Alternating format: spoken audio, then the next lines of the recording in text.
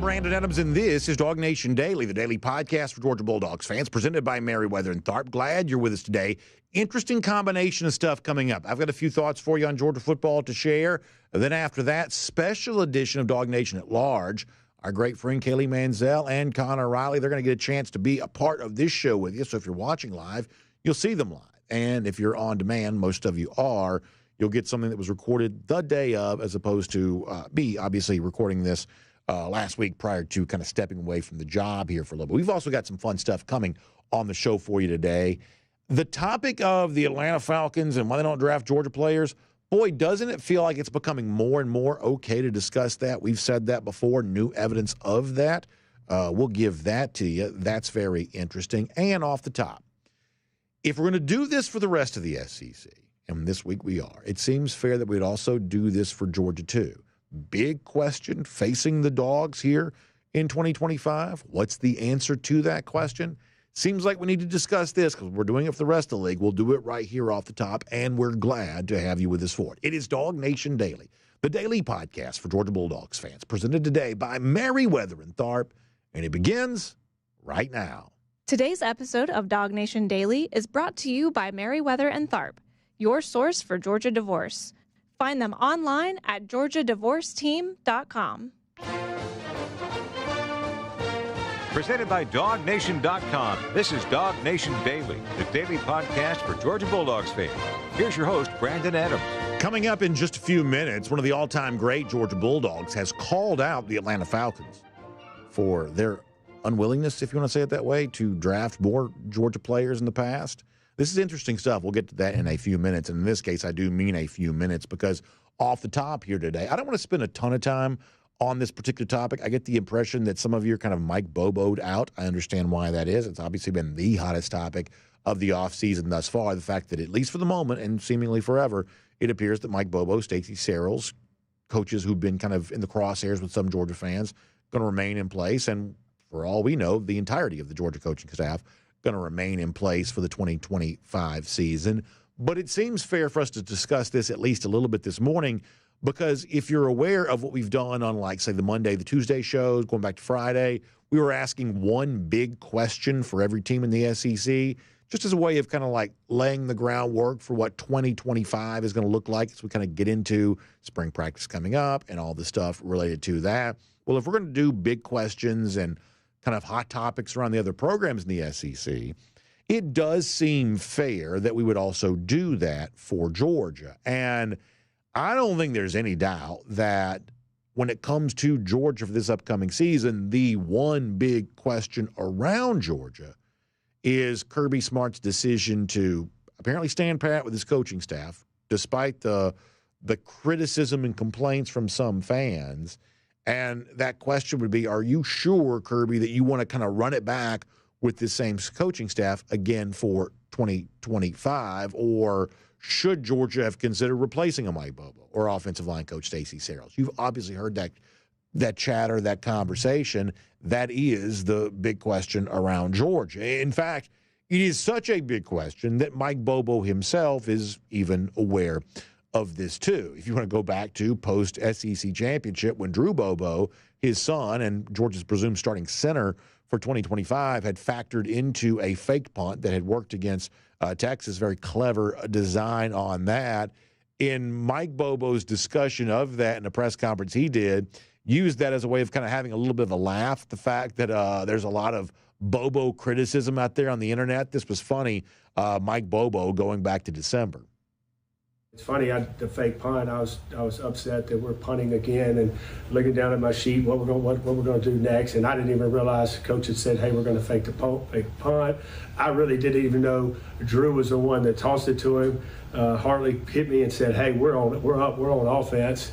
It wasn't until after the game that somebody said, Drew kept saying, oh, your son with that pass. I didn't really know what they were talking about. So it was cool to find out that it was a pass that he threw on that fake punt, which was a huge play in the game, and glad he executed and didn't screw it up. And we'd have two Bobos everybody could yell at. So that's obviously funny, gets a big laugh in the room, and clearly Bobo acknowledges the fact that he knows what people are saying. You can't live on the planet without being, somewhat aware of what the internet chatter is, whether you try to avoid it or not. There's a certain degree of that that's almost probably just unavoidable. So Bobo has kind of a lighthearted response to that there.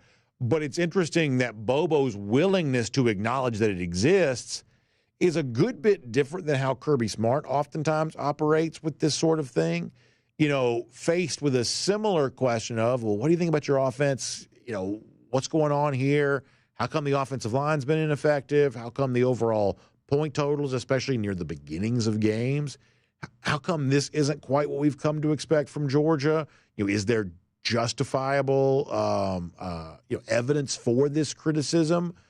Kirby Smart at times not nearly as willing to acknowledge all that as Mike Bobo was there. In fact, if you want to go back to just after the Sugar Bowl, when some offensive struggles and some curious decisions had factored pretty heavily into why Georgia lost that game to Notre Dame, Kirby Smart was more than happy to provide a forceful defense of the Georgia offense and very much unwilling to join the chorus of people who think that somehow there's something wrong with the Georgia offense, at least according to Kirby Smart's telling of that, this from after the Sugar Bowl.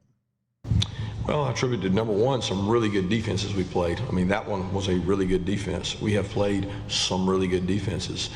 We've had a rotating a lineup with guys that have rolled in and out. And, we haven't created the same thing on defense we've done in the past. If you go to years past defense, we created more turnovers, better third downs to get the ball back.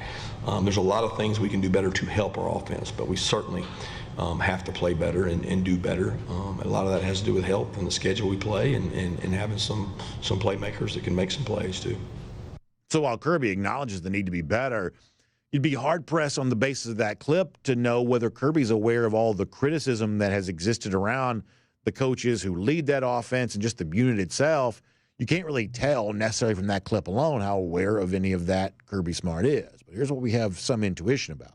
That if things don't get better in 2025, the chorus that was noticeable in 2024, it'll be deafening noise by the end of this upcoming season. And the question of, are you sure that you want to kind of run it back and keep the same coaching staff? If you get to the end of the 2025 season and things aren't much better, boy, that question may get a very different answer then than perhaps it does now. And you kind of already know that this is all sort of well-traveled ground. But since the question is out there is, okay, what does Georgia need to do and what is that big question? Let me give you kind of three things here for a moment that I think that Georgia could do to provide a more emphatic answer and a more positive outcome to what has been such a hot topic thus far this offseason. That if there's a divide among Georgia fans about what the offense is, what Mike Bobo is, maybe his offensive line coach Stacey Searles, what he is, because he's also kind of gotten caught up in some of this criticism. If there's a divide right now among fan base about the Georgia coaching staff on the offensive side of the ball, here are three things that I think could clear all of that up. And obviously, winning goes a long way towards curing this, but Georgia also won a pretty good bit last year, so perhaps not always. But the point is, here are three things that I think could certainly help end the kind of fractious divide between the Georgia fan base and provide an emphatic answer that Kirby Smart really did know what he was doing when he chose to stay patient and keep his coaching staff intact here for the 2025 season. Step number one is this. On the show the other day, I talked about the September schedule for Georgia. Fascinating September schedule. As interesting, I think, as Georgia's perhaps had in some time. You've got the sort of weak games against like the Marshalls and the Austin Peas, and then you're on the road at Tennessee. You're playing Alabama. We said the other day, boy, simple goal for Georgia that could go a long way towards determining the team's success this season. Can you just be undefeated on October 1st? Can you end the month of September with 4 wins? And if you do, you could be well on your way towards something. And we would probably assume for Georgia winning at Tennessee, beating Alabama, it's going to probably take a pretty good offensive performance to get that done in both those situations. And so if you want to quiet down the Bobo chatter, the Stacey Searles chatter, the coaches that are sort of most on the kind of hot, I don't want to say hot seat, but within the crosshairs for fans the most, Go out and play well at Tennessee. Go out and play well at home against Alabama. Put a point total up against both those teams. Have you sitting there 4-0, and pretty quickly a lot of that chatter is going to subside. We would say that's the case. Second thing that Georgia can do to provide an emphatic answer to why it was that Kirby Smart chose to be patient, it's better performances in the first halves of games this season. You've seen the numbers for how anemic Georgia was. You know, oftentimes single-digit points or less in a lot of first halves of games in 2024. Well, in 2025, if Georgia just gets off to better and faster starts, it's going to make wins a little easier to come by. It's going to make upsets a little easier to avoid. And as we've said, you know, normally you might not care much about a Marshall game or an Austin Peay game. Those might not be games that are all that interesting. But for Georgia, in the first 2 weeks of the season, it's going to be a chance to debut a brand new starting quarterback. We believe it'll be Gunnar Stockton. And it's going to be a chance to show that you can play well for all 4 quarters and you can get off to a much faster start. And if Georgia is playing faster from the jump, winning those games, the high-profile ones there in September, all of that we would think would go a long way towards quieting down some of the chatter that has existed. But then finally, the most important thing actually happens at the end of the season. And of all the people who have been critical of some of what has gone on for Georgia and its offense, I think the one thing I find the most common ground with those critics around is this. Because mostly, for the most part, I think most of you sort of consider me to be like kind of a Bobo defender, if you want to call it that, or a sort of a status quo defender. And to a certain extent, I guess I probably am a little bit. But I am open to listen to the opposing arguments. And the one argument that's probably always landed most effectively with me is this. The biggest difference between Georgia the last 2 years and the Georgia of the previous 2 years, when Todd Monken was the offensive coordinator, is how Georgia performs offensively in these postseason games. Rough offensive performance this past year against Notre Dame. You know, you did beat Texas in the SEC championship, but Georgia didn't do anything offensively in the first half. And really, who knows what would have happened if Gunnar Stockton had not come in and provided the second half spark that he did. That was not a great offensive day for Georgia, if we're being honest. Previous year, SEC championship, scoring what? Just 24 points, I guess it would have been, in a loss to Alabama. Contrast that with a Todd Monken offense scoring 65 against TCU, 40-plus against Ohio State, 50 against LSU in a national champion, in an SEC championship. Previous year, big offensive performance, especially from the beginning of the game against Michigan in the Orange Bowl. That Georgia often offensively was at its very best in these postseason games in the Todd Monken era. That's why they won championships. And Georgia, to be honest, in postseason the last 2 years, has probably actually functioned a little worse in those games than it has in the regular season game. Well, that can't be this way in 2025. That's going to be the spot and the moment for Kirby Smart and these Georgia coaches to prove that the status quo was the right decision and maintaining continuity with the coaching staff was the right decision. The question around Georgia is, Kirby, are you sure you want to keep it this way? You sure you want to stay with Bobo? You sure you want to stay with Stacey Searels? If Georgia goes out and scores more points in postseason games this year, an SEC championship if they're able to be there, college football playoff if they're able to be there, more points in those postseason games will prove that Kirby Smart was right all along. My name's Brandon Adams, and this is DawgNation Daily, the daily podcast for Georgia Bulldogs fans, presented today by Merriweather and Thorpe. We're glad you're with us. No matter how you get to us, video, it's normally live 10 a.m. Today, it's kind of a combination. This portion pre-recorded. In a moment, I'm about to give way to, you've heard of DawgNation at Large, the outstanding show we do on Thursday evenings here on the DawgNation video channels. Connor Riley, our good friend Kaylee Mansell. Well, they are going to step in for me here in a moment and kind of give you some live Georgia football talk. That's going to be a lot of fun. We're going to do that with them here coming up in just a few minutes. Prior to that, let me say thanks to our friends at Merriweather and Thorpe who make this show possible. Obviously, divorce, not a happy thing, not a thing that people enjoy talking about, but it is a reality for many people. And if it is going to be a reality for you, whether you want it to be or not, trusting a strong advocate to walk by your side throughout this entire process, really, really smart thing to do. Setting yourself up for success and happiness, enjoyment in the next season of your life, very, very important. That's what our friends at Merriweather and Thorpe are all about. You can find them online, GeorgiaDivorceTeam.com. That's the website, GeorgiaDivorceTeam.com.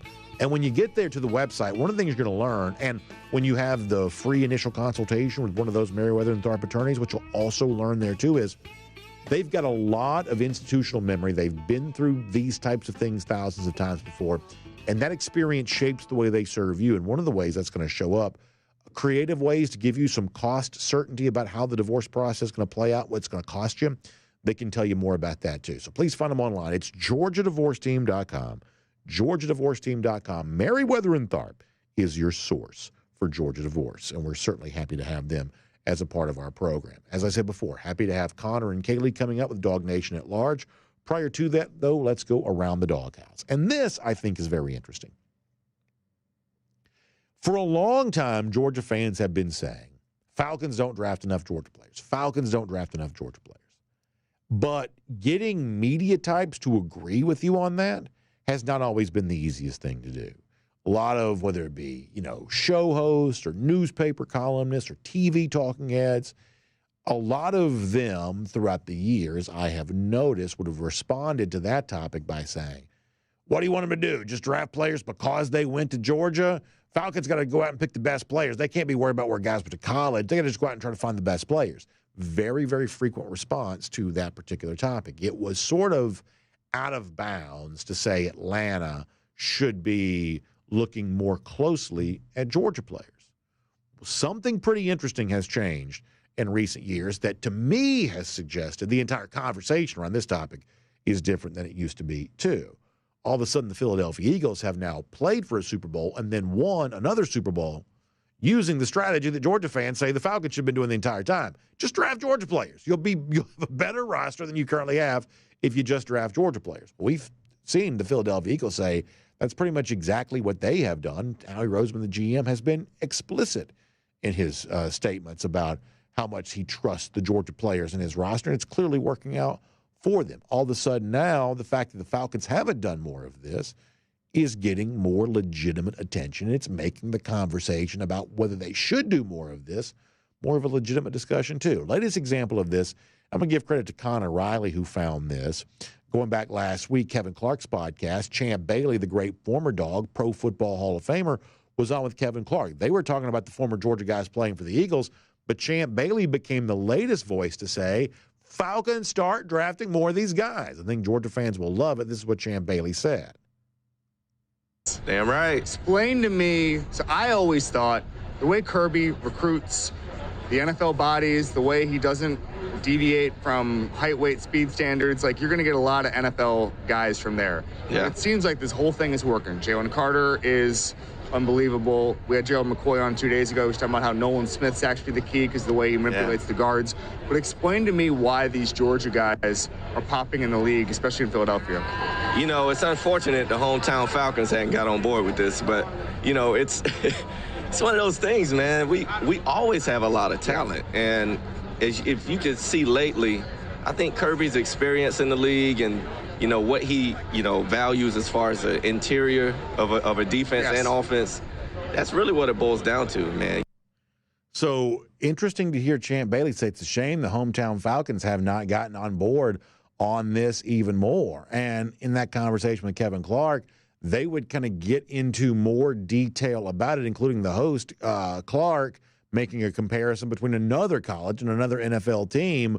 Once again, really giving voice to the Falcons being in error by not bringing in more former Dogs. Here's Kevin Clark with Champ Bailey one more time. You always going to have the most elite defensive linemen come to Georgia just because of who Kirby is. And what the state of Georgia is. Yeah, then you watch Jordan Davis and Jalen Carter and how they excel. It's just going to make more guys want to come. So it's no surprise to me. I know in Philly, they're all excelling because I feel like they got comfortable very fast. So whatever they're doing on a weekly basis for these guys look comfortable. They don't look like they missed a beat coming from college. I'm just happy to see us, a bunch of us out there. Yeah, I completely agree with you. By the way, you mentioned the Falcons thing. I grew up in Florida, and they used to say, like, if the Dolphins for 20 years just took the best Miami Hurricane available in every right draft. Down the street. Just do it. Just take Calais Campbell. Just don't overthink it. Just take it like every single year. Ed Reed, all those guys. Just get them in Miami. It's okay. You don't have to overthink this. Because to be honest, like, it's inspiring to play for your home team. Like the team you grew up watching or you right down the street. Guys want to play for that team. So take advantage of it. Isn't that an interesting statement? Champ Bailey, in no uncertain terms, Bobo did not play for the Falcons, played for a couple of different franchises, says it is inspiring to play for your hometown team, essentially calling on Atlanta to draft more Georgia players. And it's interesting, some of the mock drafts you see right now, whether it's Malachi Starks or Jalen Walker, Mikael Williams, you are seeing some of these mock drafts at least mention the possibility of Falcons taking the Georgia players. But all of a sudden now you get the sense they are under more pressure to do so because of the success the Philadelphia Eagles have had. Champ Bailey making his thoughts on that matter very, very clear. And that is Around the Doghouse here today on DawgNation Daily, presented by Merriweather and Tharp. Wish I could be here with you live. I'm obviously pre-recording this. I'm glad we're able to have a show. I'm glad I'm able to be a part of it. But I'm also really thankful right now to pass the torch. Two folks doing an awesome job every Thursday evening on the DawgNation video channels. One of our fastest growing shows here around DawgNation is DawgNation at Large. Kaylee, Mansell, Connor Riley. Love them both. Glad to have them now take the baton to me to finish off our program here today. Hope you enjoy this special edition of DawgNation at Large as a part of DawgNation Daily, presented by Merriweather and Tharp. Good morning, DawgNation, and welcome to DawgNation at Large. I'm Kaylee Mansell with Connor Riley. We'll bring in Cody Chaffins later. Typically, this is the show that we do on Thursday nights at 7 o'clock, but Brandon has handed us the keys to the kingdom, and it is such a privilege to be here with all of you live this Thursday morning. Now, because Connor and I typically do our show on Thursday nights, we really don't get to do that much breaking news, but in 2025, we are 2 for 2 on all things Carson Beck breaking news. So in case you missed it this morning, we're going to show you this on the screen here. This comes from Andy Slater. Reports came out this morning that Miami Hurricanes quarterback Carson Beck had both of his cars stolen in South Florida overnight. A senior law enforcement official tells me his girlfriend had Cavender's SUV was also stolen but found. Cops are currently looking for Beck's Mercedes and Lamborghini. Now, full disclosure before we get into it, we're not exactly sure if this is the same Lamborghini that you all are familiar with. We believe that the lease may have ended, but with all that said, it now makes a lot of sense as to why Brandon Adams is on vacation this week. Are you accusing Brandon Adams of stealing Carson Beck's cars? Kaylee, Grand Theft Auto is not a joke, Kaylee. It affects millions of families every year. This is Carson Beck has undoubtedly had better mornings than waking up to two of his cars, a Lamborghini and a Mercedes, being stolen. And two, the fact that Hannah's was found, but his have not, and he has two, and she only has one. It seems like the odds would be in his favor at this point. Some are asking, if you have two cars, do you have none? And that would appear to be the case with Carson Beck right now. Well, if you're a Georgia fan this morning, I know you guys are probably tired of hearing about Carson Beck, but we can all get a good laugh out of that. And I'm sure with the Atlanta airport being so close, this is not the first time that we've reported on stolen cars on this show. No, Juju Lewis famously had, I believe, a truck stolen out of the Atlanta airport there. Quarterbacks, like valuing the football, I guess they need to do moving forward a better job of valuing their cars and keeping them safe and protecting them. Well, selfishly, I'm glad we got to fill in for Brandon Adams this morning so we could report on this very important news here on DawgNation at Large. It's the show for the new breed of Georgia Bulldog fan. This is DawgNation at Large with DawgNation insiders Connor Riley and Kaylee Mansell.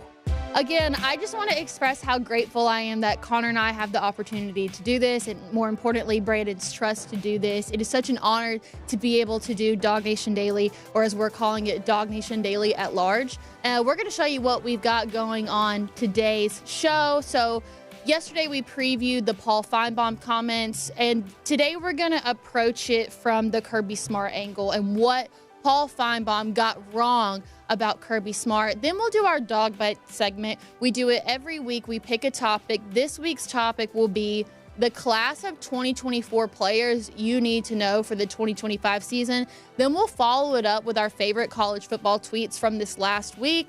And then at the end, we've got something fun in store. Myself, Cody, and Connor are going to have 60 seconds to pitch our case for how you should fix the college football playoff. But let's start with this. In case you missed yesterday's episode, or if you haven't heard it so far, Paul Finebaum came on the radio station 680 and gave his criticism of Mike Bobo. Here is Paul Finebaum on 680.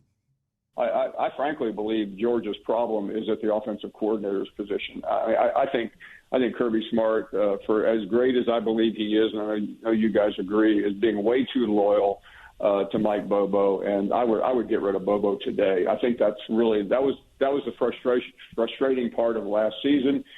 I mean, I think you could walk down Peachtree Street and get a better offensive coordinator than Bobo, but I know I sound like a Finebaum caller now.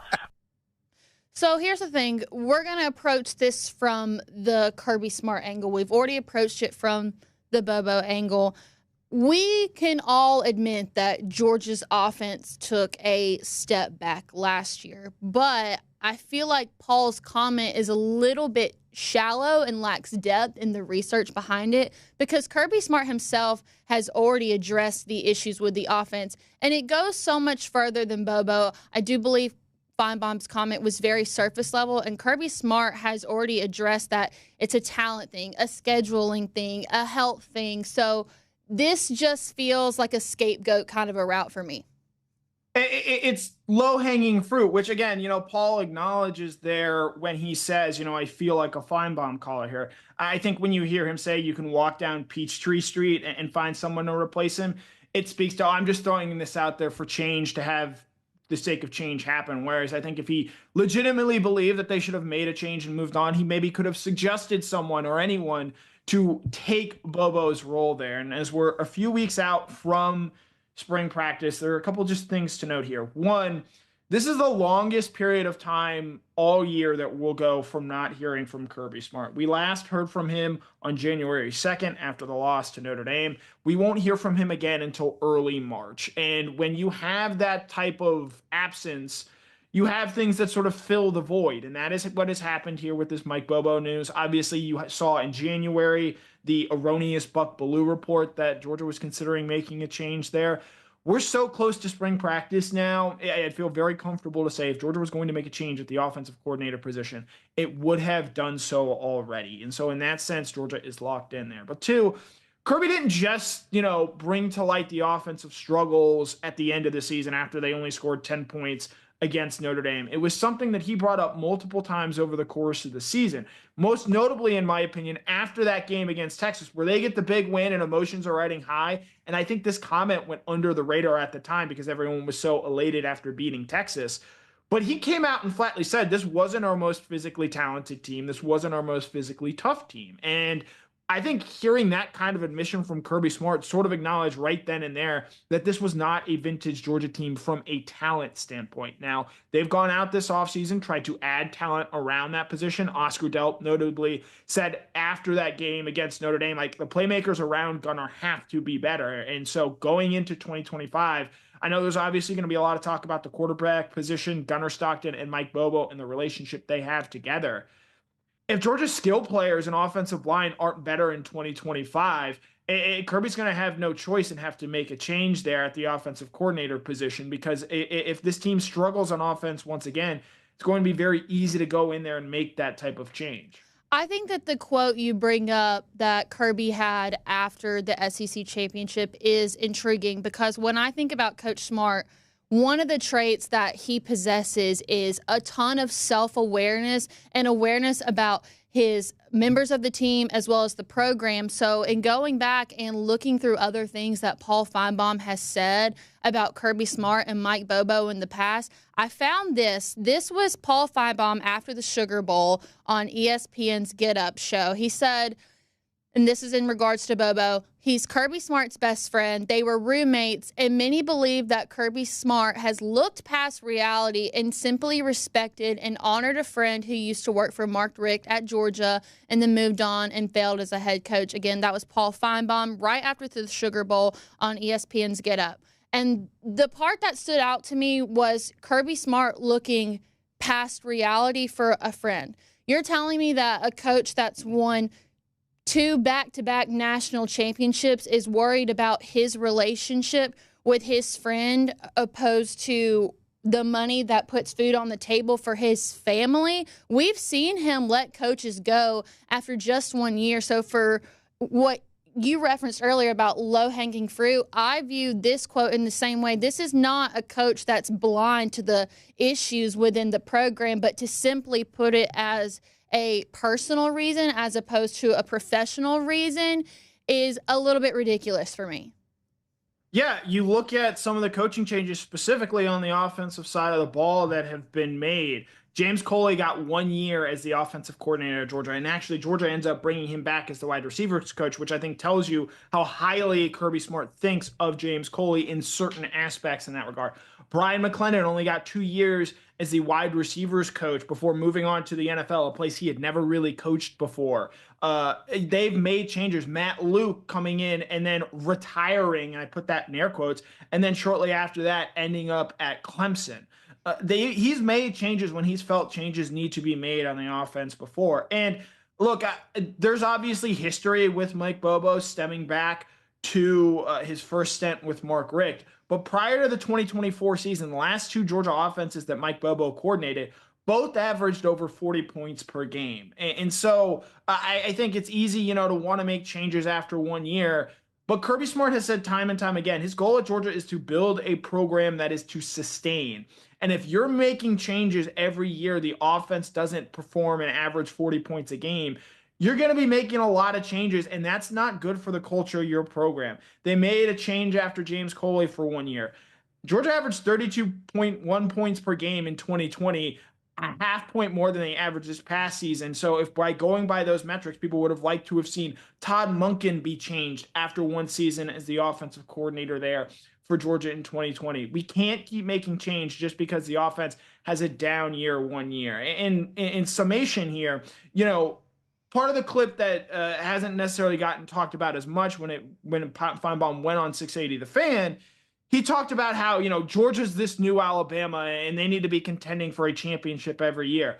Georgia firmly believes that, and while they did win the SEC, when Nick Saban was dominating the 2010s, he wasn't doing so in a 12-team playoff with the schedule balances, not to mention the transfer portal and NIL rules that were in place at that point in time. To compare any coach right now to do what Nick Saban did in the late 2000s and 2010s, I just think is a fool's errand, because it is such a different sport now than when Nick Saban was there. So much so that Nick Saban said, I'm not doing this anymore, and I'm walking away from the game of college football. So to compare Kirby Smart to what Nick Saban did at that point in time, which Finebaum did, I think is an unfair comparison. And if you're looking across the college landscape right now, I still rather have Kirby Smart than Ryan Day as my head coach. I'd rather have Kirby Smart than Dan Lanning as my head coach.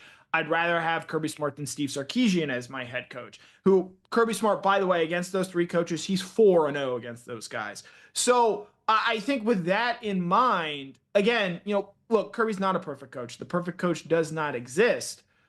But he brings a lot to the table. And the fact that last year's team with that schedule still found a way to get to the SEC championship game, still found a way to win that game and get into the college football playoff. Yes, they lost to Notre Dame, who played for a national championship, but no quarterback in the college football playoff last year threw for more yards against Ohio State than Gunnar Stockton did, who was making his first career start. And so, yes, this Georgia offense has to be better in 2025. We spent all offseason, including on DawgNation at Large on Thursday nights at 7 o'clock, talking about what they have to do to get that better.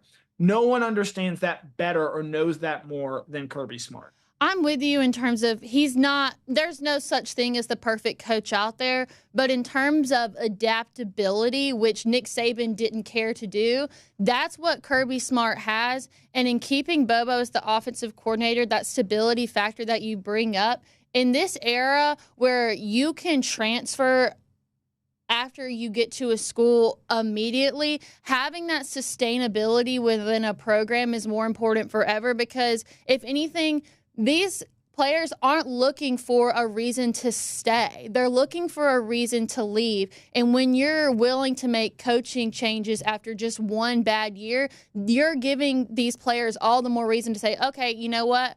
I'm on to the next. So I don't think Paul gives him enough credit for how he's been able to adapt and understand the needs of the players in the new college football era.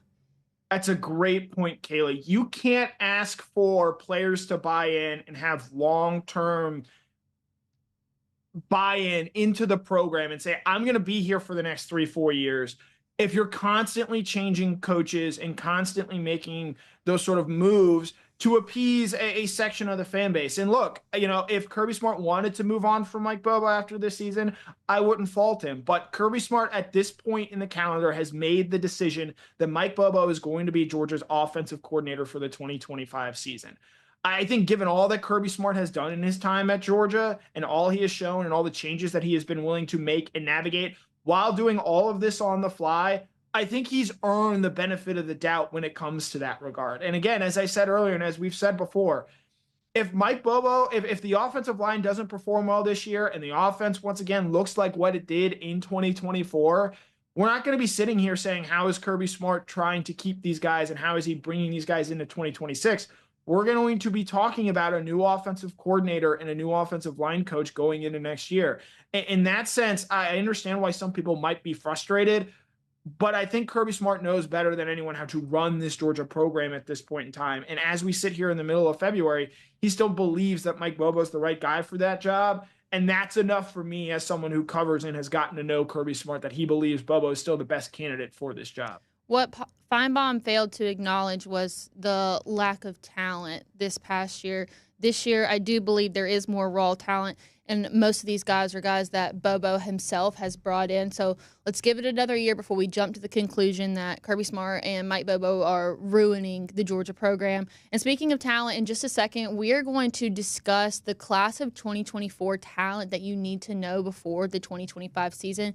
But we want to remind you that here on DawgNation at Large, we are so excited to partner with Zagoria Law Firm. And one thing that we love about Zagoria Law Firm is that they are the only law firm in the state that specializes in representing people bitten by dogs, as well as those who have been knocked down by dogs. That's right, dog fans. They are the official dog bite injury lawyers of the Georgia Bulldogs.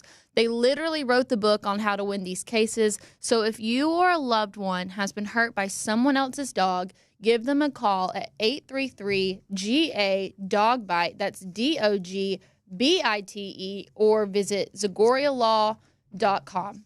And now with that, we're going to get into some dog bites.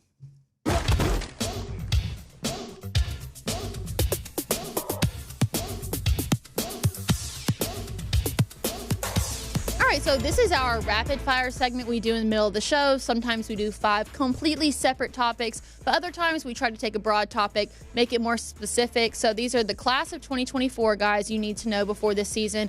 And I'm not talking about your Nate Frazier's and KJ Bolden's and Chris Cole's and Ellis Robinson, because you already have so much knowledge of them. So we're going to talk about some of those under the radar guys that you didn't get to see last year, but are going to have to make an immediate impact this year. It starts with Justin Williams, who played in 12 of 14 games, especially on the special team side. He had 1 tackle for loss versus Clemson. Now, when you look at his player card here, he was a 5-star linebacker, the number 1 linebacker in the class of 2024, and then the number 5 overall player, 6'2", 220 out of Conroe, Texas. And what really stood out to me is that he was a finalist for the High School Butkus Award. The linebacker room was so stacked this year that he didn't really get to make that impact, but this year he's going to be playing behind C.J. Allen, and he's going to have to carry a much larger load. I'm very interested in what type of role Justin Williams is able to carve out, because you mentioned C.J. Allen, unquestionably one of the leaders and most important players on this 2025 Georgia team. But he's got a very natural talent that I think is going to help this team. And as Georgia, I think, experiments with Chris Cole and what he might be able to do for this team, I'm interested in where Justin Williams sort of fills in the pieces this year. He's not going to be a starting linebacker. I'd be surprised if he ends up playing more than 15 or 20 snaps a game.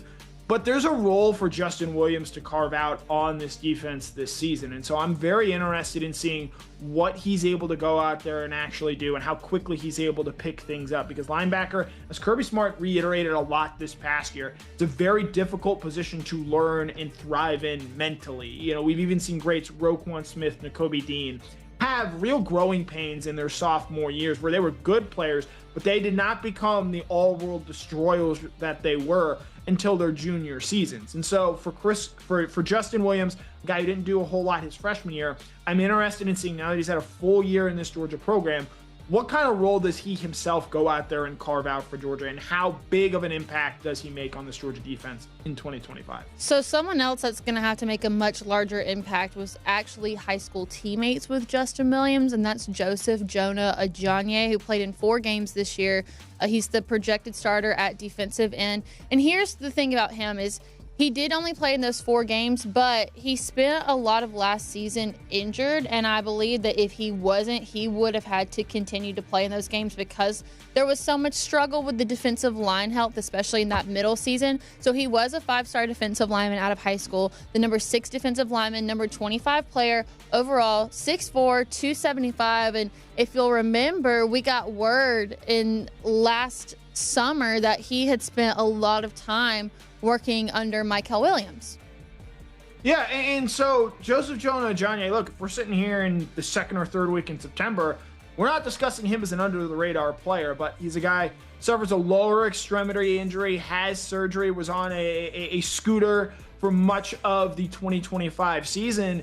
And look, and I'm planning on writing about this at some point this week on DawgNation.com, Georgia's got 3 5-star defensive linemen on their defensive line in 2025. Jordan Hall, Joseph Jonah Ajanye, and Elijah Griffin.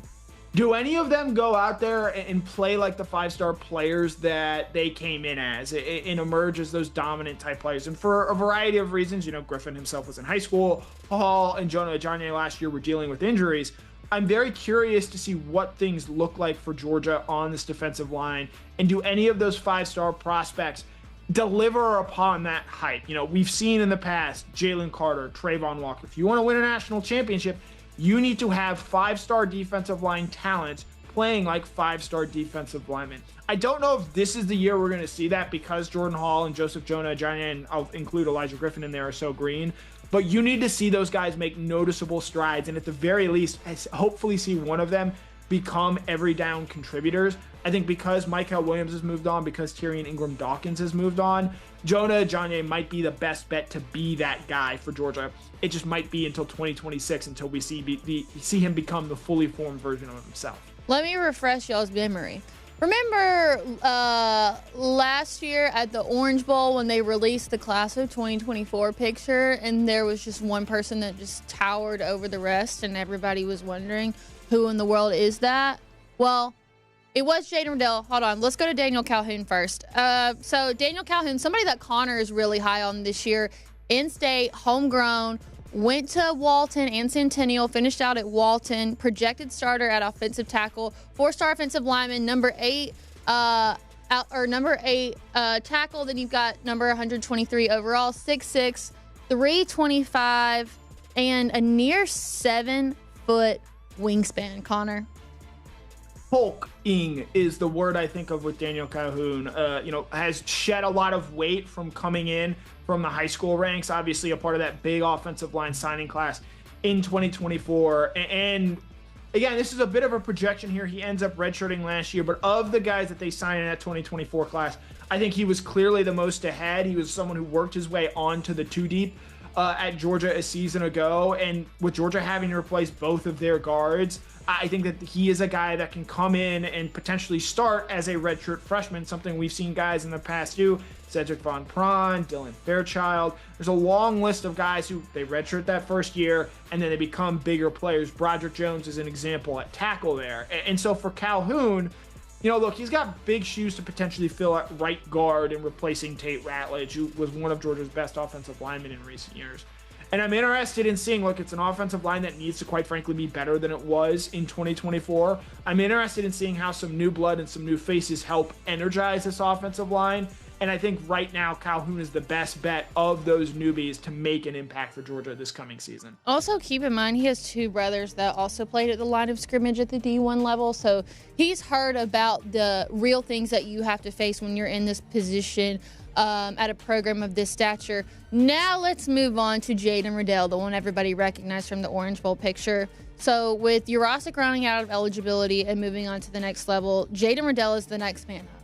Stands at 6'4", 240 pounds. He was a 4-star tight end, the number 3 tight end and number 58 overall prospect in the class of 2024. Now, here's the thing about Jaden Riddell. He's got that bigger frame that you can notice right off the bat, but he still has the receiver-like abilities. His junior year of high school, he had over 1,000 receiving yards. So I'm curious to see what kind of role he ends up playing in that group between him and Lawson Lucky and Oscar Dell. Yeah, there's obviously a lot of excitement with Elias Williams, Ethan Barbour, who came in as freshman a season ago, or who are coming in as freshmen this year, to maybe see what they can do. They've obviously impressed to a certain extent when it comes to these these winter practices that we saw prior to the bowl game. But I'm telling you right now, as one of the few people that said, hey, I think Lawson Lucky might be better than Benjamin Jurasic last year, I think Jaden Riddell is going to be a guy that I think reawakens why he was such a coveted recruit and why people were so interested in him this time a year ago. He's a great athlete. He is a guy who I think is a better receiver right now than he is a blocker. But the growth that we saw him make, and especially with the size that he brings to this position, again, I'm not saying he's going to outsnap Oscar Delp or Lawson Lucky. I think those guys are two of Georgia's not just top tight ends, but playmakers on this team. But with what we saw from this Georgia offense, and with still some questions at the wide receiver position in terms of getting what they're going to get out of that position, I think you're still going to see plenty of snaps for the tight ends. And I think Jaden Riddell is someone who can come in and make a few plays early and show that Georgia is still very deep at that tight end position. So last one, and let me just address this before Connor brings it up. No, we are not bringing up Sakobi White because we are from a similar area, but based on some recent things that I heard, I thought that he needed to go in this last spot. So Sakobi White, not the biggest guy on the team. He was a 4-star athlete, number 22 athlete coming out of high school, only 5'9", 180, but a super dynamic player. And I hate using this player comp because I'm quite frankly not a huge fan of him as a person, but when I saw him play his senior year of high school, he almost reminded me of Tyreek Hill in the sense that he's not as fast as Tyreek, but just his ability to turn short catches into explosive plays.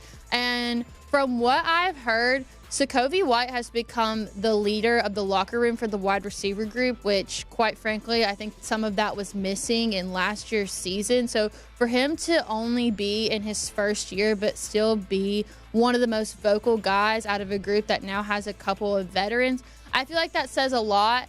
And Kirby Smart's going to find a way to get him involved with the offense. I'm going to slam on the brakes in comparing Sakobi White to Tyreek Hill, but I think that this is a guy who, based on the intel that we've had, was close to making an impact last season, similar, I think, in some ways to Ellis Robinson, but just couldn't get over that hump. And part of that, I think, it just comes with being a freshman. You hear so often the freshman wall. This is the first time that guys have been doing this for this long at this high of a level, and it's just really hard to sustain excellence that requires you to get on the field. But entering 2025, look, the crowded wide receiver room now. You bring in Zachariah Branch. Talon Taylor is someone a lot of people are excited to see. But Sakobi White is no longer that true freshman who is sort of getting adjusted to a larger role here at the University of Georgia. And I think this spring is going to be critical for him and Nitro Tuggle because they're not as green as some of those new faces that Georgia has brought in either via the recruiting ranks or the transfer portal. And if he's going to make an impact, we're going to need to see him capitalize and have a big spring and use that momentum to propel him into the fall. He's got the tools, I believe, as you highlight, Kaylee, got the right mindset to play wide receiver at Georgia. And given the needs that they have and how much help they're going to need around either Gunnar Stockton or Ryan Puglisi, I think Sakobi is in a position to absolutely give that to this team in 2025. I'm also curious to see if they go about using him in a special teams kind of a role, because you can see him here in the video clips catching punt returns. So In just a little bit, we will have our 60 seconds in the sun to fix the college football playoff. We will also do our Meme Machine segment. But I know you guys have heard us talk about Pella on the show each and every week. And if you haven't gotten the chance to meet with someone from Pella, if you're in the Atlanta area this weekend, now is actually the perfect time to do so. They're going to be out and about this weekend, starting with the Atlanta home and remodeling. It's at the Atlanta Convention Center at America's Mart. This weekend, the 21st through the 23rd, it's free admission. You can go speak with them there, but you can also go speak with them at the Beer, Bourbon, and Barbecue Festival, which is the 22nd from 2 to 6. That's located at Atlantic Station. I actually got the chance to go to that last year. Go in itself for the fun and stop by Pella while you're there. And then the last place that they'll be this weekend is at the NASCAR Fan Zone at Atlanta Motor Speedway in the Ambetter Health Center, room 400. They'll be there the 22nd and the 23rd. So if you're not doing anything, you're in the Atlanta area, and you finally want that chance to talk to Pella Window and Door, then make sure to check out any of those places this week. Or even if you can't, you can still always contact them at 678-638-1429 or visit them at pellaofga.com/DawgNation. Right, that it's time to bring in our very own Cody Chaffins and do our favorite college football tweets of the week with Meme Machine. Who's that coming down the track? Who's that coming down the track? It's a Meme Machine and Randy Black. It's a Meme Machine and Randy Black. Go,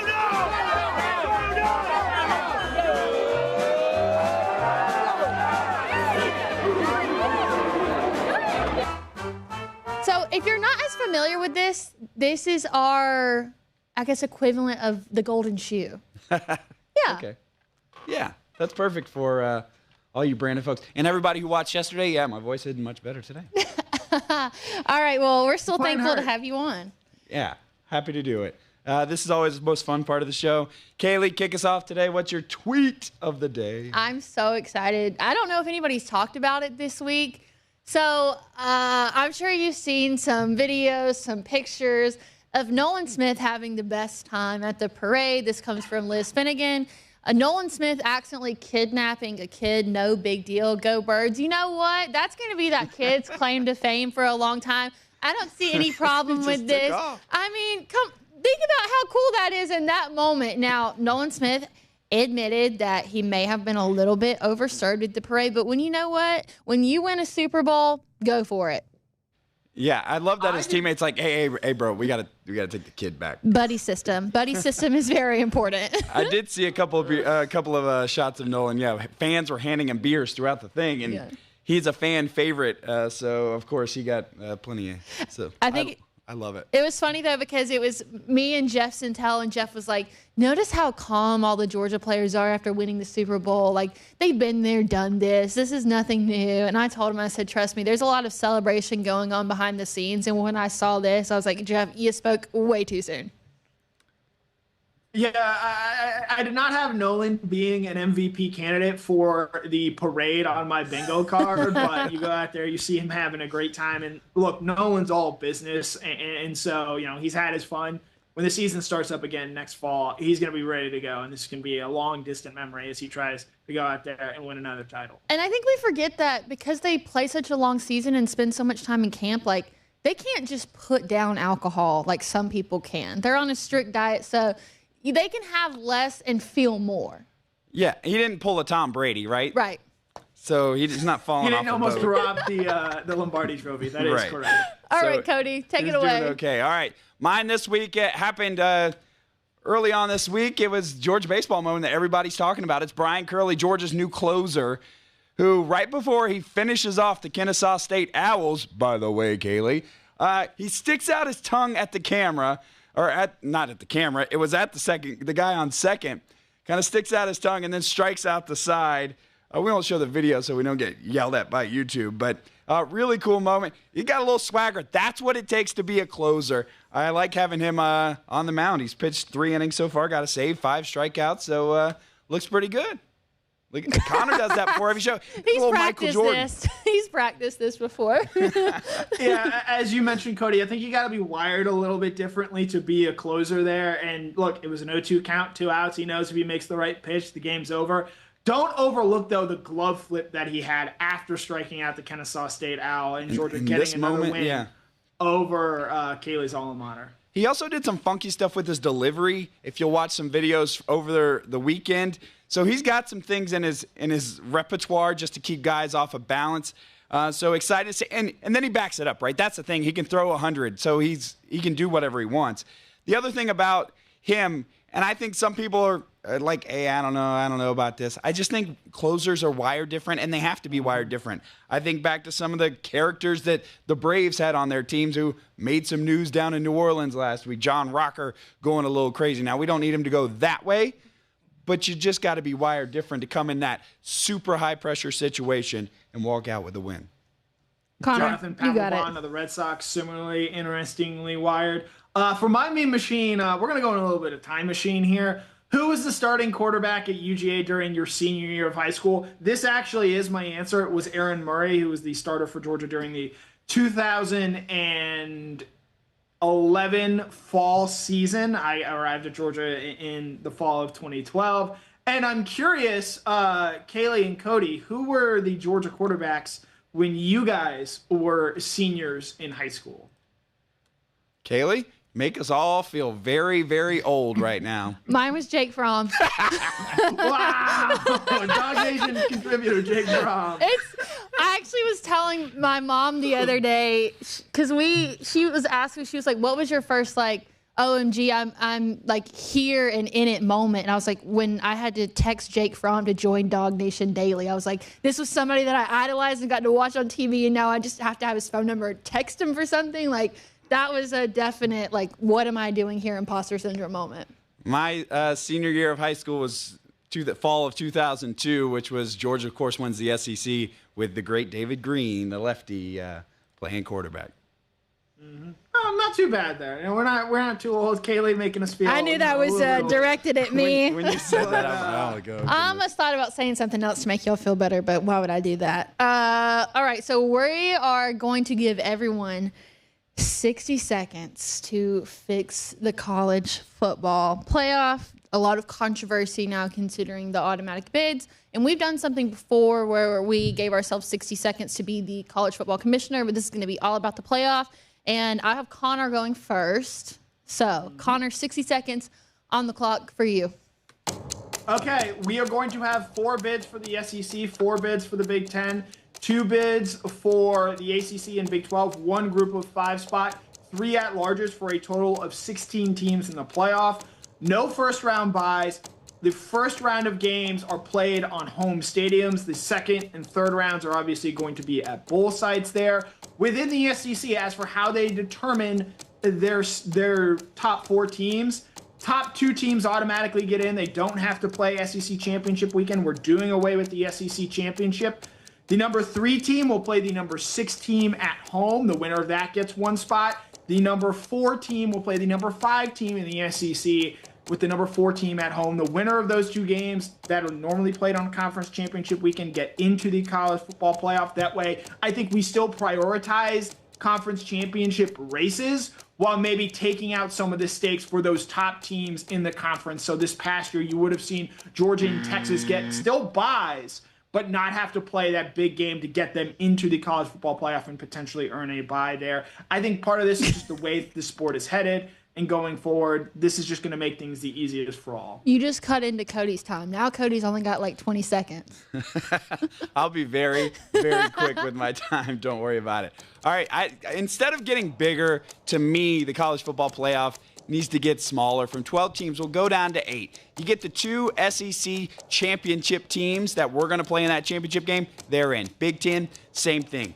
Then you will get the champion from the ACC, the Big 12, a group of 5 at-large kind of champion, and 1 more at-large team as well, just in case it needs to be Notre Dame. So that way you only have 6 games there in the quarterfinals and semifinals, so you just need the New Year's 6. We're just making it simple. Then you have the college football national championship game. The other thing we're going to do to fix the college football playoff, like I said in the other one, We've got to be playing these championship games on Saturdays and not on Monday nights. And that's all the time I need. That's what we like. Short, sweet, to the point. I will go ahead and go. I doubt that I'm going to take up the entire 60 seconds as well. I think that the problem with the playoff starts with the playoff committee. It's a bunch of higher-ups with a little bit of bias who probably don't watch that much college football. So I believe that for the playoff committee, you should have to submit yourself onto a ballot, campaign for yourself, and the college football playoff committee is voted on by the public. Or if you don't want to go that route, then at least you have to change 50% of the committee every year so they're not always going to vote in the same way. 16 is way too much. I don't mind keeping it 12, but nobody wants to see number 1 play number 16. So we're going to keep it at 12 teams. There's going to be 6 auto bids, 1 for every Power 4 conference champion, and then the other 2 guaranteed are the SEC runner-up and the Big Ten runner-up, because I still think conference championships are important to have lots of tradition in there. And then the rest will be the best 6 remaining teams. There is no automatic seeding. I don't want to hear anything about reseeding. I just want to see the best 12 teams play. I thought Kaylee didn't name and the Pop-Tarts Bowl is the national championship. Oh, that's it. I knew that was coming. I just talked a little bit slower. Last time I talked like a million miles an hour because I didn't think I was going to get my points in, and then I only used like 30 seconds. So I was like, I'll take my time. But yeah, national championship Pop-Tarts will play on a Saturday. I rest my case. Very interesting that all of us went different number of teams in the college football playoff. It's just getting too much. It's becoming such, like, the playoffs this year even felt like they drug on and on. I just can't see it getting, like, let's not make it any bigger. And the 16-1, Kaylee's exactly right. It's too long. We do 16-1 games. Who wants to watch that? One thing I did think that was interesting I saw floated out there is the SEC's trying to decide how they're going to get their bids in, and are they going to do these kind of crossover play-in games the last week of the season. I thought it was really interesting. They're going to have, like, 6 plays 4 and, or 6 plays 3 and 5 plays 4 just for those last 2 spots. Could be interesting, but then you get a lot of these kind of weird rematches that seem like they're going to happen. I don't know. You don't think Auburn and Alabama are going to play 2 weeks in a row, but there's a potential for that, and I'm not a huge fan of that. Are we all okay, go ahead, Connor. I was going to say, and I think this is what you were going to touch on, they got to find a way to condense this. And so that's why, I think you start the season a week earlier in August. And if you can, those first round games either start the first weekend in December, which is when conference championship weekends are, or the week after that. And you just got to get this sport, like, ideally done either by January 1st or January 8th at the latest, because I think this year showed there's not going to be more interest as this season goes on, especially as it bleeds into the NFL playoffs, which is why you see them move this game to be played on a Monday rather than on a Saturday as it belongs. Oh, yeah. So we're all in agreement that it should be on a Saturday. Yes. Monday. No question. Nope. I'm indifferent to it. But let's not start it at 8:30 at night. If it's on a Saturday, we don't have to worry about the West Coasters. We can start it at 4 like the SEC championship. Yeah. Spoken like a dad. Cody's so passionate, his voice cracked there at the end. All right, so before we get to the cool down, I want to give a shout out to Royal Caribbean. Myself and Cody are getting excited. We are talking about that DawgNation cruise every single day in the plans that we have. That was one of my most favorite things that I got to do last year, getting to meet everyone, but also probably my favorite part of the entire trip was getting to go to Perfect Day, Coco Cay. Everyone that I've talked to, I've told them that if they just put a resort on Coco Cay, I could spend 7 days just chilling there. There's truly nothing like it. That water is so blue. They have the adult-only side of the island, which I would totally recommend. But if you do have children, right when you walk up, they've got the water park there. So it's really inclusive for all groups, no matter who you're with. So as we get closer to spring break, if you're starting to think, oh my gosh, I need plans, now's the perfect time to reach out to travel agent Jessica Slater. You can do that by calling her at 770-718-9147. You can email her at jslater@dreamvacations.com. With that, DawgNation, thank you so much for joining us here on DawgNation at Large. Okay, so we're going to do a cool down. That's exciting. We don't ever get the chance to do that, so I'm going to take a second. I'm going to grab my laptop, but this is our R.S. Andrews cool down. Connor, if you would like to help me in reading comments, that would be greatly appreciated. I can't read, so. Yes, you can. You are going to take Facebook, and I will take YouTube. I'm already on YouTube, but Okay. I guess I'll change. That's fine. No, that's fine. If you're already there, I'm not going to make it more difficult on you. So this is our R.S. Andrews cool down. Forget what the lower third says. I'm actually Kaylee Mansell. That's Connor Riley. We are filling in for Brandon Adams. Only one more day. So really quick, I do want to mention that for tomorrow's episode of DawgNation Daily, Brandon Adams will kick it off as he has been doing all week. And then myself, Connor, and Jeff Sintel will come on and do sort of a roundtable thing. And it's going to be an extension of what Brandon talks about tomorrow, as well as some other things. So make sure to tune back in tomorrow for DawgNation Daily, last day without Brandon. Connor, you see anything? I see some people arguing for toaster strudel over Pop-Tarts. I can't abide by that. Let's see. Go on DawgNation. Yeah, if you got any questions, throw them out there, and we'll do our best to answer them. Talking about conference championship games. Look, I know the SEC one really matters, and that matters a lot to Georgia. I think you saw that this past season with how that team reacted in that game. But when I look at where this college football playoff is going, I find it harder and harder to see them keeping this apart. And I understand that it makes the SEC a lot of money. And for Georgia in particular, winning the SEC is something that matters a lot. And the SEC championship is often the best way to determine that. I'll be interested in seeing how much the SEC wants to fight for this game to remain, just given how important it has meant to the conference in recent years. But I would point out as well, Kaylee, there is one active coach in the SEC right now that has actually gone out and won the SEC, and that's just Kirby Smart. So when you look at the rest of this conference, I don't know what the appetite is for the people in this conference to go win the SEC when Kirby Smart's the only one that knows what that feels like.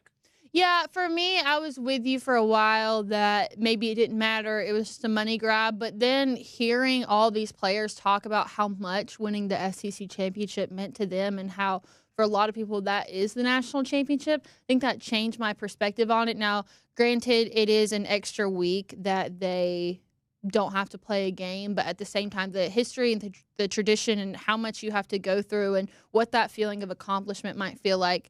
Randy Hall wants to know your thoughts on what would be the starting D-line by the end of the year. By the end of the year, I think that's a great way to maybe perhaps better look at it. I think Christian Miller has to be one of those guys there that if he's not your best player, he's certainly your most consistent. I'll say Joseph Jonah-Ajonye is there at one of the end positions. And I'm going to say Xavier McLeod, someone who really flashed at the end of this past season. I think he's maybe better positioned for success than, say, Jordan Hall at this point, but I think you could see him there. Elijah Griffin is certainly going to play a role for this team. I think those other 2024 guys, Jordan Thomas, Nasir Johnson, Nnamdi Ogboko, what do those guys look like this season? Because we know Georgia plays a rotation on the defensive line. I know we talk about the starters and the mainstays there. How deep is that defensive line truly come the end of next season? Are they able to rotate and keep those guys fresh? Or do they have to lean on the 3-4 guys at the top? I think that's one of the interesting questions that's going to be answered over the course of the season. And if you want to include the edge group in there too, do you think that there's anybody from this most recent 2025 class that could find their way into a rotation? I think, it depends who develops the most physically right away. I would say Isaiah Gibson is best positioned to do that. But I think Gabe Harris is going to play a lot of snaps there, and he's someone who could even play on the defensive line if need be there. I think of those defensive linemen and edge guys, he's the guy that I'm most interested in seeing what he looks like this season, just because I think his ability and his potential are going to unlock so many different things for the Georgia defensive line and how they're going to want to play. And one of the other questions for you, this one might be a little bit of sarcasm, but I do think it is a good point to bring up. I guess you said that you put Bama game as the most important. Why? I didn't put that. Someone at ESPN had put that. But I will say, look, Kirby Smart's 1-6 in his time at Georgia against Alabama. And it's no longer just Nick Saban. They lose that game to Kalen DeBoer last year, and you look at the way that Alabama played the rest of that season. I think that was the best game that Alabama played all year. And you look at what Georgia did. That's the game more than any other. You're kind of scratching your head like, okay, how did this team lose that game, especially in the manner in which they did, where they gave up 41 points? It's a game that it's finally at home. And look, if they don't win that game this year, you're going to have to ask some, I think, very difficult questions of Kirby Smart when it comes to Alabama. I'm not saying he needs to be replaced or anything like that. But if you lose at home to Alabama, a program that is clearly in a state of transition, that's going to be an unfun time to be around this Georgia program. They're going to be favored in that game. And even though there have some new changes there, it's a game they absolutely have to win in my mind. Yeah, you got to slay the dragon at some point and get over that stigma now, because there really is zero excuse. It's going to be a new quarterback. You finally get the chance to play them at home with a coach who's not named Nick Saban. Now, you are already going to have some real competitive SEC experience by that point, because Georgia plays Tennessee early, so they will have they will be able to have that real game time experience. And it just, if it doesn't happen now, then the idea that Georgia has an Alabama problem, that's never going to go away. That stigma is never going to go away if you can't do it in a scenario where everything at this point favors you. Yeah, and one difference, last year they go on the road and play Kentucky before playing Alabama. I think Georgia played very conservative in that game against Kentucky, thinking it could conceal some things before playing Alabama, and that very much backfired for them. You're not going to be able to do that against a Tennessee team that I'm interested in seeing how they look. I think it's maybe a good thing that Georgia gets them early in the year while they're still trying to find themselves, rather than later on in the year like they traditionally have. Mm-hmm. But I think that that's a game you got to come with your chin strap strapped up, and you got to come out and ready to go, knowing that that is a team that I think has at least enough talent on paper to be able to beat you. They were up 17-7, I think, early this year in Athens. This is a team that, again, they've got to find a way to do things against Georgia. They're 0-4 under Josh Heupel, not scoring more than 17 points against Georgia in those 4 games. But that's a game that I think is very much going to help them in terms of figuring some things out and knowing where they stand against Alabama. Whereas last year against Kentucky, I think that game being when it did actively worked against Georgia in multiple ways. For the 3 games at home, the big 3, for Alabama, Texas, and Ole Miss, does Georgia have to win all 3, or do you just have to win 2 of 3? I think you have to win 2 of 3. But I'll say, because I think that game at Auburn is going to be a tricky one as well. Coming in where it does in the schedule. If you win 2 out of those 3, I think the bigger thing to pay attention to this season for me, that month of September, because I think there's very much a world where they're 2-2 coming out of that month. And if that's the case, they're going to have to run the table to make the college football playoff, which is a tough spot to be. If you're 4-0 coming out of that month with wins over Tennessee and Alabama, look, yes, you still got a difficult October and November on your schedule, games against Florida, Ole Miss, Auburn, Texas, but you feel a lot better about what this team might be able to accomplish. And those Tennessee and Alabama teams, I think, are teams that Georgia has more talent than and can beat. And if you're able to go out there and actually do that on the field, I think that's going to help this team tremendously during the 2025 season, because, again, it is still a very young Georgia football team at this date and time. And hopefully it will allow them to get some more night games, because I do feel like when called upon, the atmosphere was better in those scenarios. So maybe now with them having that primetime home schedule, that will help them out in that sense. All right. I think. Go ahead, Kaylee. No, I'm just looking at other stuff. Go ahead. Yeah, from a home perspective, I think Georgia, I think the Texas and Alabama games are going to be night games. The Ole Miss game might be a little tough to swing as a night game, because I don't know what the appetite is for the conference to give Georgia in particular that many night games.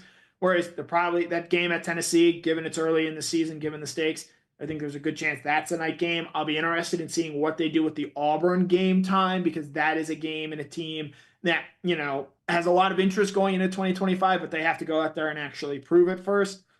And that Florida game, it's always been at 3:30. As we sit here right now, think it might be kept at 3:30 again. But if they go into the season and the longer they go without announcing that as a game time, and you wonder, hey, if maybe Florida makes a leap forward, maybe they win some of those early games, DJ Lagway takes a step forward, Do we maybe see ESPN flex its muscles a little bit here and try and make that game a night game and draw more eyeballs to it, just given what that rivalry means in college sports? One thing to note on the Georgia-Alabama game, September 27th, that is the same day as the Oregon-Penn State game. And so I think that there is a chance that you have two of the biggest games in college football both being played at night, because that game, I believe, is played at Penn State. And I don't think the Big Ten is going to want to make Oregon play a 9 o'clock local kickoff game. I didn't know that. Wasn't that scenario last year, too, where there was another big game like that was played on the same day as Georgia-Bama, and they got it at 7? They got the night kick? I was a little focused on Georgia-Alabama at that point in time. I know Oklahoma and Auburn played that same day. No, definitely wasn't it. But that was a 3:30 kick. I don't remember what the Big Ten would have been there. I am curious about Auburn, because I know that you said that's a tough road game. I remember going there for the first time, and I understood what everyone was saying about how loud that stadium gets. And with them bringing in Jackson Arnold, I mean, Hugh Freeze dropped the ball last year, but I feel like a lot of Hugh Freeze's success this season is going to be dependent on the performance of Jackson Arnold. Hugh Freeze has undoubtedly, I think, raised the raw talent at Auburn. And yet, having said that, Auburn still went 5-7 last year. Didn't end up playing in a bowl game. And look, BA is one of Hugh Freeze's biggest defenders. He's got a lot on Hugh Freeze being very good, so we will acknowledge that here in the DawgNation Daily space. And the thing you worry about Auburn, the culture there for so long, it hasn't been a winning culture. It's hard to flip that quickly. And so, it's a team that found a way to lose games, particularly at home. This past year, you lose to Arkansas, you lose to Cal, you lose to Vanderbilt at home. You wonder at a certain point, does that sort of set into the culture that you have there? So I'm very interested in seeing what we see out of Auburn this year, because if there's a year that it's going to happen, look, Jackson Arnold, he's a quarterback who had a down year at Oklahoma last year, but did find a way to beat Alabama at home late in the season. He's got a chance to do that at Auburn this year. The team, a lot of talent, especially at that wide receiver position, guys like Cam Coleman out there. I'm very interested in seeing what this looks like, especially just given 2 years ago, wasn't all that talented of an Auburn team, but they still found a way to make it a 4-quarter game against Georgia. So you'll like this one. This comes from Henry Dion on YouTube. They say so much doesn't make sense in college football anymore. Like Jalen Walker, how are you first-team All-American Butkus Award winner, but only second-team All-SEC? That's your boy right there, Connor. Hey, look, I think with Georgia's defense, it's always tough in terms of, they just don't have statistically dominant players. And so many of these national media types that vote on these awards, look, I know you're not watching every game. You're not watching every play Jalen Walker has. So you can't, I think, properly appreciate all that he does. So they just go, oh, he had 6.5 sacks this season. We're just going to check a box and move on there. It's the way that college football works, where there's so many teams and there's so much to be done. And I think reality is sometimes in this sport, instead of rewarding the best pure players, they just sort of look at stats, they look at recruiting rankings, and they lean on that as opposed to what actually takes place on the field and the way they do things there. Have you had any more thoughts about where you would like to see Jalen Walker end up in the draft? Again, I think Carolina is probably his ceiling in terms of where he goes right now in terms of the drafter. I'd love to see him in San Francisco, because I think that's a team with a winning organization, and I think he might be able to help out there and help potentially push them over the hump. I don't want to see him go to New Orleans. I don't want to see him go to the New York Jets. I think those are loser franchises at this point in time. And while Brock Bowers ended up on the Raiders, who have not won a playoff game since, I believe, 2005, ultimately you want guys to go to places they're going to succeed, and I want that for Jalen Walker, very badly. It's funny. I was cleaning out some stuff the other day, and I actually found a vintage Carolina Panthers shirt that I thrifted a while back. And if Jalen Walker goes to the Carolina Panthers, I'll wear it on the following episode of DawgNation at Large in support of Jalen Walker, but more importantly, you, Connor. All right, let me get a few more in. We've got some stuff to do after this. Let me go to DawgNation.com. Don Jones, I am not bored. I have to not only read the comments out here, but also get them to Connor. So understand your concern, but I'm multitasking here. Connor's actually really fascinating to me. Let's go to Facebook. Things have slowed down a little bit. All right. Connor, what road trip are you looking most forward to making this year for the schedule? Auburn, because I can be home. Depending on when that game is played, I can be home the same day. And because it's next to a Buc-ee's? I mean, that factors into it, but you pass the Buc-ee's on the way to Tennessee if you take 75 up to, I forget what road that is, but you take 75, you go past Calhoun, certainly in the Georgia side of things there. And then if you go out to Mississippi State, there is a Buc-ee's on Leeds there as well. So, I do, from a travel standpoint, in terms of just getting to and from, it is a much better road slate this year. Whereas, like, going forward, last year you had to go to Ole Miss, which is a good drive away. You had to go to Texas, which a lot of people ended up flying to. 2026, depending on what they do with the schedule, and we'll see when that announcement gets made, at A&M as a haul, at Arkansas as a haul, Oklahoma, Missouri. Those are all games that Georgia's going to have to play at. And so I think we're moving past this time where, you have short trips, traditionally South Carolina, Tennessee, Vanderbilt, Auburn on a yearly basis, Jacksonville every year, obviously. Moving forward, as the SEC is expanded, these road trips are going to be longer and longer, more expensive, and just farther away from home. And, that'll be tough for some Georgia fans moving forward. I still am surprised at how early the Tennessee game comes this year.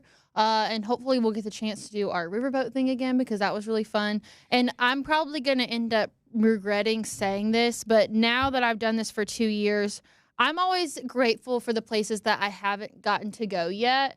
A lot of these places I have.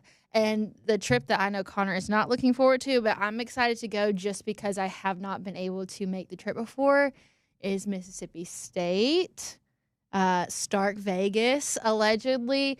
I just like seeing new stadiums, new atmospheres. I'm probably going to have to bring a really great set of headphones because I know how loud the cowbells can be, but I like getting to experience the different SEC stadium culture, no matter how big or how small. Like I said, may end up regretting that, but you know what? I'm all about new experiences. So anytime I get to go somewhere new, somewhere that DawgNation brings me, I get excited for that opportunity. I was not excited to go to Mississippi State in 2022. I'm not excited to go in 2025. Not a whole lot there. What was the thing that surprised you most about it? How cold it was and how they have an opening press box and we were freezing. UGA had one for a while. Yeah, but UGA actually knew how to heat theirs. Mississippi State did not. Okay. We will not disgrace Mississippi State on the RS Andrews cool down. All right. Final comments. Let me go check one more. Okay. Last one. This comes from YouTube. It says, Connor, does Stacey Searles make improvements enough this year to keep his job? How does it? That's the big question. Does this offensive line play better? And, part of that is going to come down to health. Their tackles were very banged up this past season, referencing Ernest Green and Monroe Freeling. And so if you get quality tackle play, and look, Georgia, has somewhat been spoiled in recent years at their offensive tackle position. Roderick Jones was a first-round pick. Amarius Mims was a first-round pick. They've had, Andrew Thomas, Isaiah Wilson there, obviously, as well. The offensive line has been at their best when they've had those first-round type talents at tackle. I don't think Ernest Green and Monroe Freeling are that yet, but they can still be very, very good players for Georgia. And if they are in 2025, I think that's going to help out this offensive line greatly. And if you missed last week's episode of DawgNation at Large, we did an entire thing on the raw talent that they're going to have this year, even though they lack some of that experience that this past group did. Based on numbers, he's got a lot to work with. Just it's going to be all about getting those reps. So we want to remind you guys, make sure to check out RS Andrews. It's getting cold again. A terrible time for your water heater to go out. RS Andrews can help you on that. I mean, RS stands for Rapid Service. You call, they'll be there, and there's no better person to trust than our good friend Dari. So make sure to check them out at rsandrews.com. DawgNation depends on them. DawgNation, it's been such an honor to fill in for Brandon Adams here on DawgNation Daily at Large. Don't forget, tomorrow it'll be myself, Jeff Sentell, and Connor Riley for a roundtable along with Brandon Adams, who will be present for the first 20 minutes, and then you guys will have him back next week. But again, thank you so much for joining us here on DawgNation at Large, and we'll see you right back here tomorrow morning at 10 a.m.